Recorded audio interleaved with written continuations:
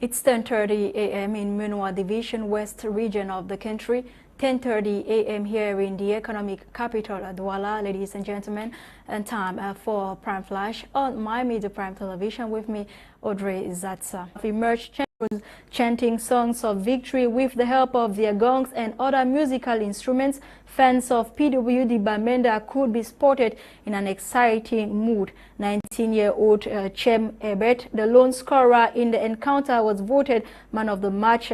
The sporting event witnessed the presence of several Cameroonian authorities and Fecafoot dignitaries. Mr. Amadou, the physical education teacher at Baker High School in Gaoundere, who died on March 8, has been laid to rest. The burial took place on Sunday, March 13, 2022 at 2 p.m. in his village in Gashiga, Benue Division North region of Cameroon. Present at the burial ceremony was the DO of Demsa, Pascal Esumu, who went to present his condolences to the family, accompanied by the regional delegate of secondary education, Adijatu Saja, the second deputy mayor of the council of Gashiga, Dudu Christine, and the principal of Baker High School, Bello Patai.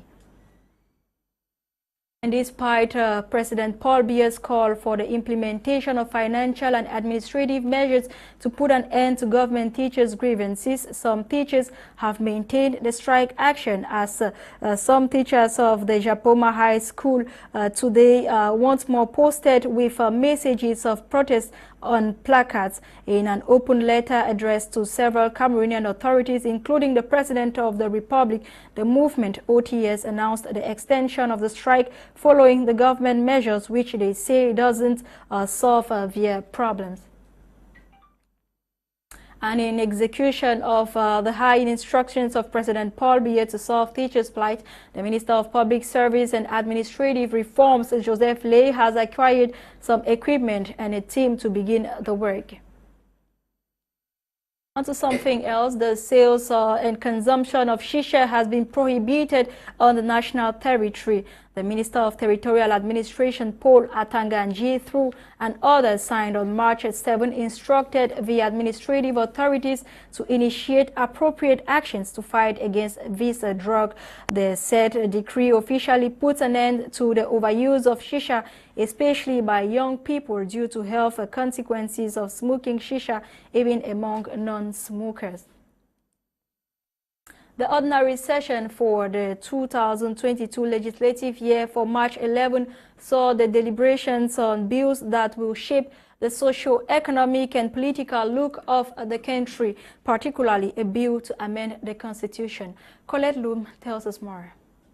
As the March ordinary session of Parliament for the legislative year 2022 in Yaoundé see the dawn of day 3, the once-month session had witnessed a drop in a bill to amend the Constitution at the Senate, being the upper house of Parliament. Worth noting, the bill essentially concerns the creation of the post of Vice President. The bill was deposited Friday, March 11 by the Minister of State, Secretary General at the Presidency, Ferdinand Gongo, alongside the Director of Civil Cabinet at the Presidency, Samuel Mvondo Ayolo, and Finance Minister Louis Paul Mutazi. The session of the upper house of Parliament called on senators to promote peace, unity, and the socio-economic development of the 10 regions of Cameroon. The call was made by the eldest members of the Senate, Senator Isaben Chokpano. The provisional bureau was by the eldest member of the Senate and 2 younger senators, Lekone Andreas Nembu and Amaris, who are conducting the deliberations until the new elections of a permanent bureau. It should be recalled, over the weekend, the 2022 ordinary March session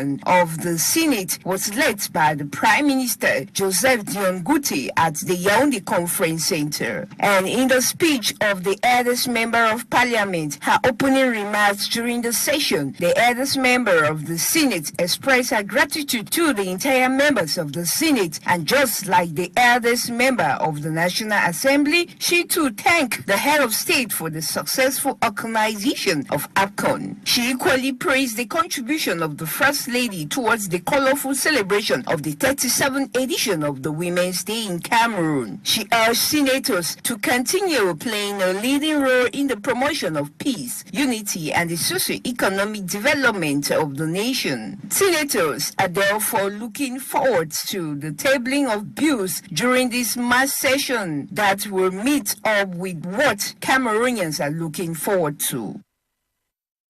The people of Esu village are still mourning via phone His Majesty Kum Achu Albert II after he was gunned alongside his first wife by unidentified gunmen along the Way Esu Highway. Let's have these excerpts of some notables of Esu village. Very incident that happened. They had started a few days before the start incident. A few days. Along the road to Way, a family was attacked by that same group. After the following day, a group of women were molested. Their phones seized. The money they had in them seized. They came to the palace here to this same Majesty and complained.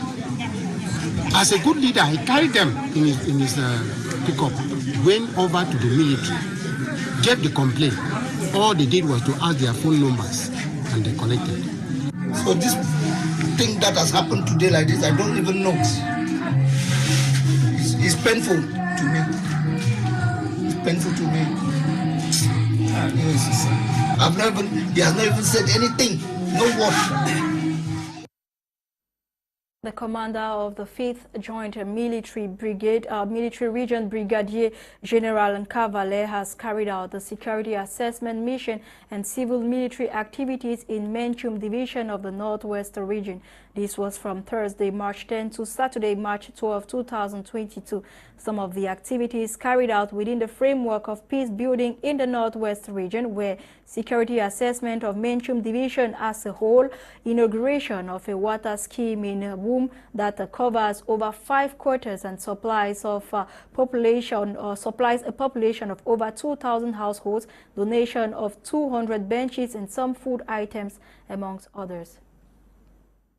And out of the country, Chad government and opposition groups had started talks on Sunday, March 13 in Doha. The talks were reportedly suspended after representatives from one of the 44 rebel groups attending left the room. In a framework presented by Chad's leader, Mahamat Idris Deby Itno, the talks are a prelude to a national dialogue due to start in May. Some 44 armed rebel groups were invited as a first step towards ending a rebellion and holding elections in the country. Reports say the talks were suspended after participants from Front for Change and Concord in Chad left the room. Before that, the African Union Commission had urged both parties to reach to an agreement.